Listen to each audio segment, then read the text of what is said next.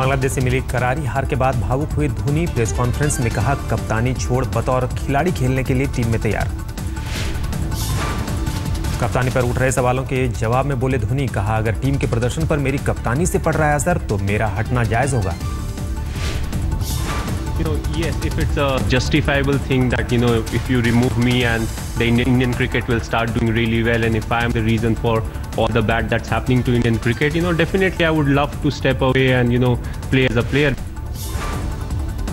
खुद के खेलने के बारे में बोलते हुए धोनी ने कहा, एंजॉय कर रहा हूं अपना खेल, बतौर खिलाड़ी टीम के साथ जुड़े रहने में कोई एतराज नहीं। रविवार को महेंद्र सिंह धोनी बने क्रिकेट इतिहास में पहले भारतीय कप्तान जिनकी अगुवाई में बांग्लादेश से टीम इंडिया ने हारी सीरीज। दूसरे वनडे में भी बांग्लादेश से भारत को मिली शर्मनाक हार। 3 मैच की सीरीज पर भी बांग्लादेश ने किया कब्जा। टॉस जीतकर पहले खेलते हुए केवल 200 रन बना पाई टीम इंडिया।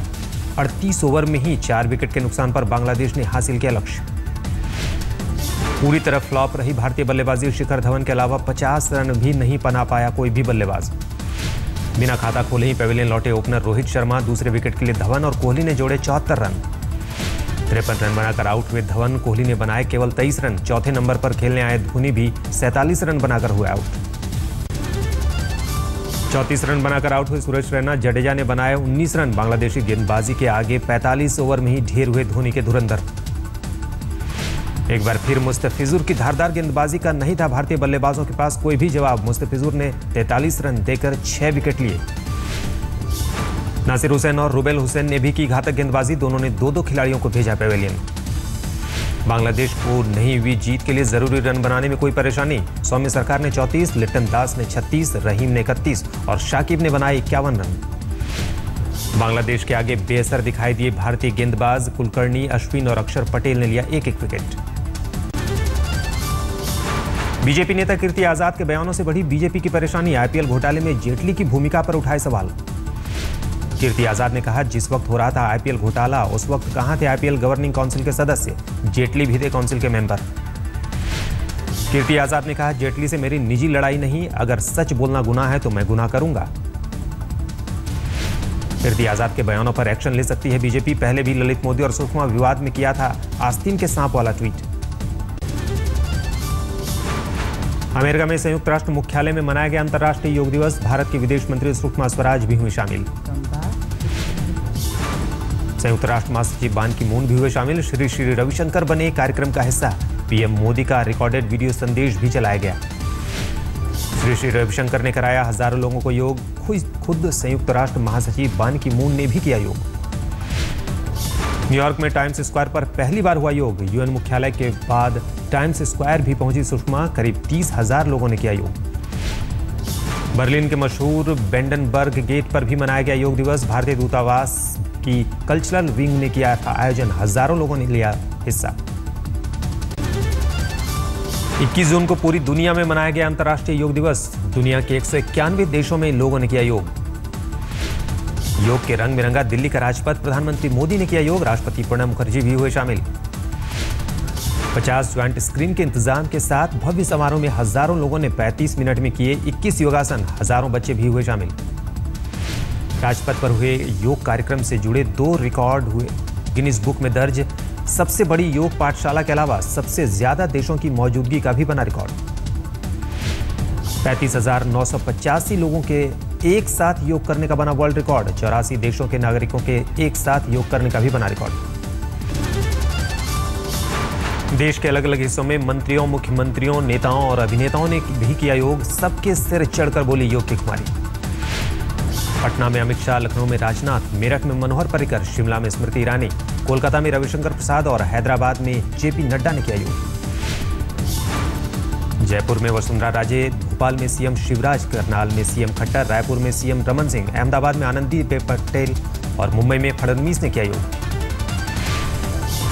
धर्मशाला में लालकृष्ण आडवाणी, पीलीभीत में मेनका गांधी, हाजीपुर में रामविलास पासवान, फरीदाबाद में मुख्तार अब्बास नकवी तो गाजियाबाद में वीके सिंह ने किया योग।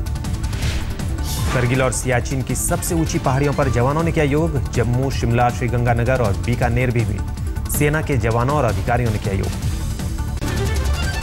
आईएनएस विराट पर भी हुआ योग। नौसेना के जवानों और अधिकारियों ने योग कर मनाया अंतर्राष्ट्रीय योग दिवस।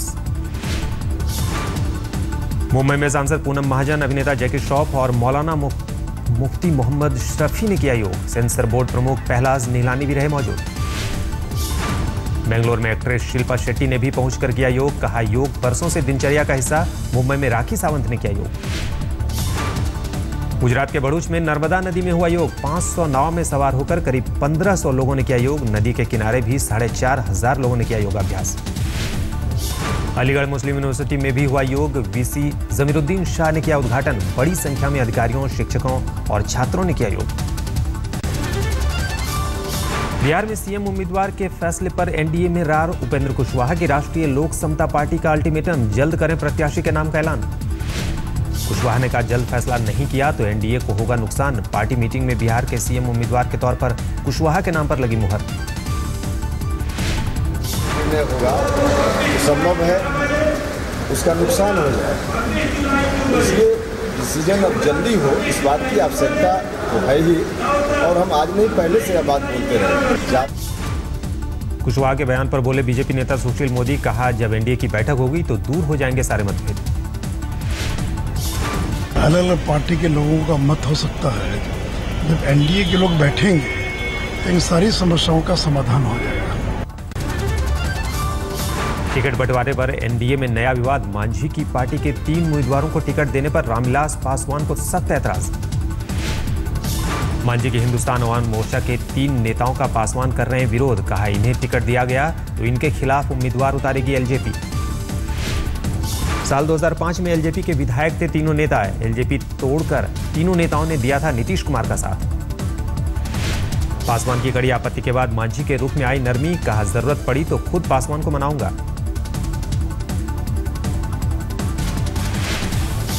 हमें मानते हैं, हम उनका सम्मान देते हैं। अगर जरूरत होगी इस संबंध में तो हम उनसे बात भी कर सकते हैं। बिहार में चुनाव से पहले छिड़ी पोस्टर की जंग। नीतीश कुमार ने पटना की सड़कों पर अपनी तस्वीरों के पोस्टर के चस्पा। पोस्टर में नरेंद्र मोदी पर भी कसा तंज।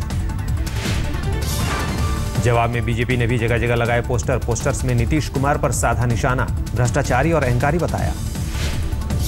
बीजेपी नेता शहनवाज हुसैन ने दिया नीतीश के पोस्टर्स का जवाब। कहा, आंधियों में उखड़ जाते हैं पोस्टर।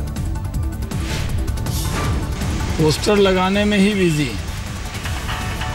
नीतीश कुमार जी को याद रखना चाहिए, पोस्टर आंधियों में फट जाते हैं। बिहार के पूर्व सीएम जीतन राम मांझी ने खाली किया 1 अणे मार्ग का सीएम निवास का बंगला। पुराने आवास 16 स्टैंड रोड में हुए शिफ्ट। घर शिफ्ट करते वक्त मांझी ने लगाया आरोप, नीतीश ने उनके घर का फोन और केबल का कनेक्शन तक काट डाला। हमने सोचा कि विकल्प देना चाहिए, वहां जा करके उनको कर सकते हैं कि 1 नंबर में आप जाइए और फिर दोहरा सकते हैं कि यदि 7 सर्कुलर रोड को आप एक्स सीएम के रूप में रिया किए तो उसको खाली कीजिए, उसमें एक सीएम पे आए। तेलंगाना के नालकोंडा पुलिस ने आईटी एक्ट की धारा 66A के तहत एक युवक को किया गिरफ्तार। फेसबुक पर केसीआर के खिलाफ आपत्तिजनक कमेंट का आरोप। मुख्यमंत्री के चंद्रशेखर राव की फेसबुक पर पोस्ट की थी युवक ने आपत्तिजनक तस्वीर। मामला दर्ज होने के बाद साइट से हटाई गई तस्वीरें। मुंबई पुलिस कमिश्नर राकेश मारिया की नई मुसीबत। साल 2010 में ललित मोदी से मुलाकात की बात आई सामने। महाराष्ट्र सरकार ने मुंबई पुलिस कमिश्नर राकेश मारिया से मांगी सफाई। ललित मोदी से मुलाकात मामले पर मांगी सफाई। देवेंद्र फडणवीस ने कहा, राकेश मारिया से 24 घंटे में जवाब देने को कहा गया। राकेश मारिया का जवाब मिलने के बाद लेंगे फैसला। राकेश मारिया जी के प्रकरण में हमने उनसे स्पष्टीकरण मांगा है, उनसे इंफॉर्मेशन मांगी है, जानकारी मांगी है। महाराष्ट्र के गृह राज्य मंत्री डॉक्टर रंजीत पाटिल का बयान। मारिया ने दी है सफाई। ललित मोदी के वकील के बार बार दबाव देने पर ललित मोदी से की थी मुलाकात। यूपी के शाहजहांपुर में पत्रकार की पिटाई का एक और मामला आया सामने। पुलिस वालों ने ही पत्रकार को बेरहमी से पीटा। दिल्ली पुलिस ने दक्षिण अफ्रीकी नागरिक को ठगी के मामले में किया गिरफ्तार। आंध्र प्रदेश के किसान से 6 लाख की ठगी का आरोप। ईमेल भेजकर किसान को भारी भरकम रकम का दिया था लालच। पीड़ित किसान को दिल्ली बुलाकर की ठगी। दिल्ली पुलिस ने झपटमारों के गिरोह का किया पर्दाफाश। 6 महीने में चेन स्नेचिंग की 100 से ज्यादा वारदातों को दे चुके थे अंजाम। पश्चिम बंगाल के बीरभूम में आदिवासी महिला से गैंगरेप की वारदात। 4 युवक गिरफ्तार, 4 आरोपी फरार। तातीताना पाड़ा गांव की घटना। मुंबई में जहरीली शराब के मामले में अब तक 97 लोगों की मौत, बड़ी संख्या में लोग अस्पतालों में भर्ती, क्राइम ब्रांच की जांच तेज। रविवार को आरोपी फ्रांसिस डिमोला के गोदाम पर हुई रेड, करीब 900 लीटर शराब हुई बरामद, अभी भी हो रही थी शराब की सप्लाई। रविवार को पुलिस ने 2 महिलाओं को भी किया गिरफ्तार, अब तक ठेकेदार राजू लंगड़ा समेत 7 लोग गिरफ्तार। देहरादून की पॉश कॉलोनी में एक तरफा प्यार के मामले में सिरफिरे आशिक ने की युवती शालू की हत्या, पुलिस ने मुख्य आरोपी और उसके 2 साथियों को किया गिरफ्तार। युवती के घर अपने साथ भगाने के इरादे से 2 साथियों के साथ आया था आरोपी रवि राजपूत, लड़की के इनकार करने पर की हत्या। तिहाड़ जेल पहुंचे दिल्ली के पूर्व कानून मंत्री जितेंद्र तोमर, दिल्ली की साकेत कोर्ट ने 1 दिन की न्यायिक हिरासत में भेजा। आज फिर होगी अदालत में तोमर की पेशी, तोमर की जमानत याचिका पर सुनवाई करेगी कोर्ट। फर्जी दस्तावेज रखने वाले दिल्ली के कई और आप विधायकों पर दिल्ली पुलिस ने तेज की जांच, सूत्रों के हवाले से खबर। दिल्ली में अमेरिकी युवती से रेप के आरोप में फिल्म निर्माता महमूद फारूकी हुए गिरफ्तार, कोर्ट ने 6 दिन की न्यायिक हिरासत में भेजा। दिल्ली के सुखदेव विहार में युवती से रेप का लगा आरोप, 19 जून को पुलिस ने दर्ज की थी शिकायत। 1 महीने में दिल्ली को बिजली का दूसरा झटका लगने की तैयारी, डीईआरसी जुलाई से महंगी कर सकती है बिजली। आम आदमी पार्टी पिछली बढ़ोतरी का पहले से ही कर रही है विरोध, खिंच सकती है सरकार और डीईआरसी के बीच तलवार।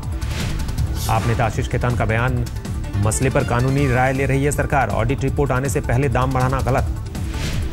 दिल्ली बीजेपी 23 जून को करने वाली है बिजली के दामों में बढ़ोतरी के खिलाफ प्रदर्शन, बिजली के दामों के मुद्दे पर कांग्रेस के भी निशाने पर सरकार।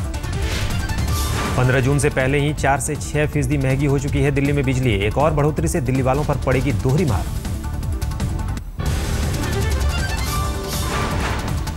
एक और पत्रकार की निर्मम हत्या का मामला सामने आया है, एमपी के पत्रकार का शव महाराष्ट्र के वर्धा में बरामद।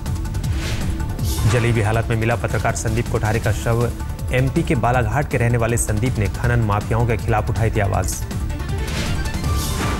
महाराष्ट्र पुलिस ने पत्रकार को जिंदा जलाने के मामले में अब तक 3 आरोपियों को किया गिरफ्तार, मामले की जांच जारी।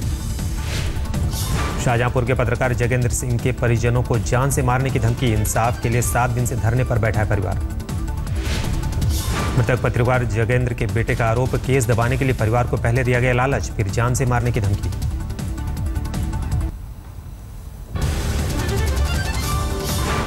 दिल्ली सटे फरीदाबाद में दहेज के लिए नवविवाहिता की हत्या, परिवार से 10 लाख रुपए मांगा गया था दहेज। महिला के पति समेत 7 लोगों के खिलाफ मामला दर्ज हुआ, हत्या के बाद से ही सभी आरोपी फरार। महिला के परिवार से मांगे गए थे 10 लाख रुपए, मांगे पूरी नहीं होने पर जहर देकर की महिला की हत्या। रविवार देर शाम दिल्ली के न्यू अशोकनगर में करंट लगने से बच्चे की मौत, सड़क किनारे लगी लोहे की ग्रिल में दौड़ रहा था करंट। बारिश के चलते बिजली का तार टूटकर सड़क पर गिरा था, बिजली के तार के संपर्क में आने से ग्रिल में दौड़ रहा था करंट। मृतक युवक की उम्र महज 14 साल।